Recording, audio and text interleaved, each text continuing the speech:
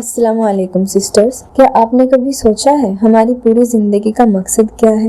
اللہ نے ہمیں دنیا میں کیوں بھیجا ہے؟ صرف کھانا پینا اور سونے کے لیے، یا اس سے بھی کچھ بڑا ہے؟ ہر عورت کی خواہش ہوتی ہے کہ وہ ایک عزت دار، باحیا اور اللہ کے نزدیک پسندیدہ عورت بنے۔ کیسے ہم اپنی زندگی کو ایسی روشنی سے بھریں کہ وہ دنیا اور آخرت دونوں میں کام آئے؟ آج ہم اسی سفر کی بات کریں گے، ایک ایسا روڈ میپ جو آپ کو ایک بہترین عورت بننے میں مدد کرے گا۔ رسول اللہ صلی اللہ علیہ وسلم نے فرمایا، جب ایک عورت 5 وقت کی نماز پڑھے، رمضان کے روزے رکھے، اپنی شرمگاہ کی حفاظت کرے اور اپنے شوہر کی اطاعت کرے تو اس سے کہا جائے گا جنت کے جس دروازے سے چاہے داخل ہو جائے۔ اس حدیث میں ہی ہماری پوری زندگی کا مقصد چھپا ہے۔ یہ دکھاتا ہے کہ اسلام نے عورت کو کتنی بڑی ذمہ داری اور کتنا عظیم مرتبہ دیا ہے۔ بسم اللہ الرحمن الرحیم۔ اسلام میں ایک عورت کی زندگی کا مقصد وہی ہے جو ایک مرد کا ہے، اللہ کی عبادت۔ حدیث قدسی میں اللہ تعالیٰ فرماتے ہیں، میں نے انسان اور جن کو صرف اپنی عبادت کے لیے پیدا کیا ہے۔ لیکن ایک عورت کی عبادت صرف نماز روزے تک محدود نہیں، اس کا گھر، اس کی حیا، اس کی شرم، اس کے اخلاق، یہ سب عبادت ہے۔ حیا یعنی ماڈسٹی ہماری شخصیت کا سب سے خوبصورت حصہ ہے۔ نبی کریم صلی اللہ علیہ وسلم نے فرمایا، حیا ایمان کا حصہ ہے۔ جب ہمارے اندر حیا ہوتی ہے تو ہم غلط کام کرنے سے پہلے 100 بار سوچتے ہیں۔ فار ایگزامپل، ہماری پیاری امی عائشہ رضی اللہ عنہا کا واقعہ یاد کریں۔ جب ان سے پردہ کرنے کا حکم نازل ہوا تو انہوں نے ترنت اس کا حکم مانا۔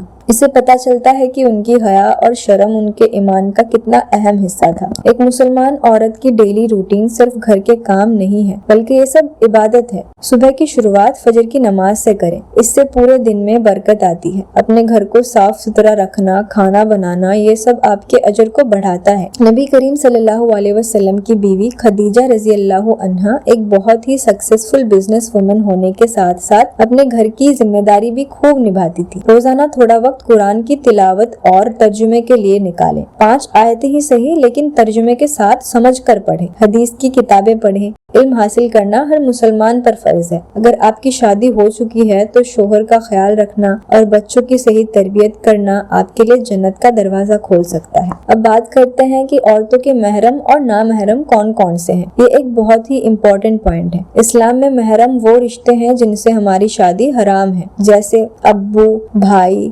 دادا، بیٹے، بھانجے، بھتیجے، چاچا، ماما، شوہر، سسر اور دودھ کے رشتے۔ ان کے علاوہ جو بھی مرد ہیں وہ نامحرم ہیں، ان سے پردہ کرنا اور ضرورت کے علاوہ بات نہ کرنا ضروری ہے۔ نامحرم سے بات کرتے وقت آپ کا لہجہ کیسا ہونا چاہیے؟ آپ کی آواز میں نرمدہ بالکل بھی نہیں ہونی چاہیے۔ اللہ قرآن میں فرماتا ہے، اور اپنی آوازوں میں نرم نہ بنو ورنہ جس کے دل میں مرض ہے وہ لالچ میں پڑ جائے گا۔ بات صرف ضرورت کے مطابق کریں۔ اپنی نظریں نیچے رکھیں۔ نظر کا پردہ مرد اور دونوں پر فرض ہے۔ اگر کسی کام یا تعلیم کے لیے گھر سے باہر جانا پڑے تو ان باتوں کا دھیان رکھیں۔ ہمیشہ حجاب یا ایسی لباس پہنے جن سے پورا جسم ڈھک جائے، یہ آپ کی پہچان اور عزت کی حفاظت کرتا ہے۔ نبی کریم صلی اللہ علیہ وسلم نے فرمایا، کوئی عورت محرم کے بغیر سفر نہ کرے۔ اگر ضروری ہو تو شارٹ ڈسٹینس کے لیے اکیلے جا سکتے ہیں، لیکن کوشش کریں کہ ضرور محرم رشتہ دار ساتھ ہو۔ تعلیم ضروری ہے لیکن دین کے اصولوں پر کمپرومائز نہیں کرنا۔ کالج یا یونیورسٹی میں لڑکوں کے ساتھ اکیلے گروپ اسٹڈی نہ کریں، ہمیشہ گروپ میں یا پبلک پلیس پر ملیں۔ اگر ممکن ہو تو سیپریٹ سیکشنز میں بیٹھنے کی کوشش کریں۔ بے مطلب کی باتیں، گوسپس اور نامحرم لڑکوں کے ساتھ دوستی سے دور رہیں، یہ گناہ کا سبب بن سکتا ہے۔ ایک کنواری عورت کی عزت اور حیا اس کی سب سے بڑی دولت ہے، اسے اس دولت کی حفاظت کرنی چاہیے۔ اپنی روح اور جسم کو صرف اپنے ہونے والے شوہر کے لیے بچا کر رکھنا ایک بڑی عبادت ہے۔ اس کے لیے یہ طریقہ اپنا سکتے ہیں۔ اللہ سے دعا مانگے، یا اللہ میرے جسم، میرے روح اور میرے ایمان کی حفاظت فرما۔ موبائل، سوشل میڈیا اور ٹی وی پر حرام چیزوں کو دیکھنے سے بچے۔ جب بھی اکیلے ہو تو اللہ کا ذکر کریں۔ گناہ ہو جائے تو معافی مانگے۔ ہم انسان ہیں، غلطی ہو سکتی ہے۔ اگر کوئی گناہ ہو جائے تو گھبرائے نہیں، اللہ کی رحمت سے مایوس نہ ہو، فوراً اللہ سے معافی مانگے۔ وضو کرے، 2 رکعت نفل نماز توبہ پڑھیں اور سچے دل سے توبہ کریں۔ ایک چھوٹی سی دعا ہے توبہ کرنے کے لیے، استغفر اللہ ربی من کل ذنب واتوب الیہ۔ کا ترجمہ ہے میں اللہ سے ہر گناہ کی معافی مانگتی ہوں اور اس کی طرف توبہ کرتی ہوں۔ نبی کریم صلی اللہ علیہ وسلم نے فرمایا جو شخص گناہ سے توبہ کرتا ہے وہ اس شخص کی طرح ہے جس نے کوئی گناہ نہیں کیا۔ اگر آپ کے ماں باپ دین پر پختہ نہیں ہیں یا نماز ٹھیک سے نہیں پڑھتے تو آپ کی ذمہ داری اور بڑھ جاتی ہے۔ انہیں سیدھے سیدھے نصیحت دینے کی بجائے ان کے لیے دل سے دعا کریں، اللہ سے ان کے لیے ہدایت مانگیں۔ سب سے پہلے آپ خود ایک مثال بنیں، اپنی نماز، اپنی حیا، اپنے اخلاق کو اتنا بہتر کریں کہ وہ آپ کو دیکھ کر انسپائر ہوں۔